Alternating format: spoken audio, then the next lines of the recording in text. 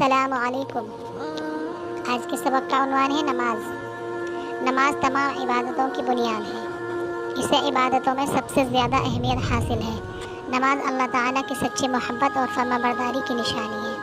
क़यामत के दिन अल्लाह ताला पहला सवाल नमाज ही के बारे में करेगा। इसलिए हमें ख़ुद भी नमाज़ पढ़नी चाहिए और दूसरों को भी नमाज़ पढ़ने की हिदायत करनी चाहिए। नमाज ऐसा अहम फरीज़ा है जिसे किसी हालत में छोड़ने की इजाज़त नहीं।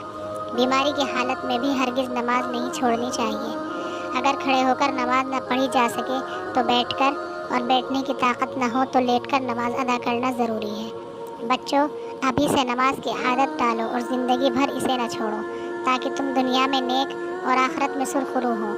मुसलमान पर दिन रात में 5 नमाज़ें फ़र्ज़ हैं, जिनके नाम ये हैं: फजर, ज़ुहर, असर, मगरिब, इशा।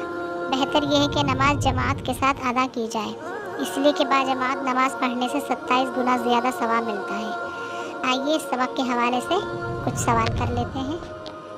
किसे तमाम इबादतों की बुनियाद कहा गया है? क़यामत के दिन सबसे पहला सवाल किसके बारे में होगा? खड़े होकर नमाज न पढ़ सकें तो फिर कैसे पढ़ सकते हैं? मुसलमान पर कितनी नमाज़ें फ़र्ज़ हैं?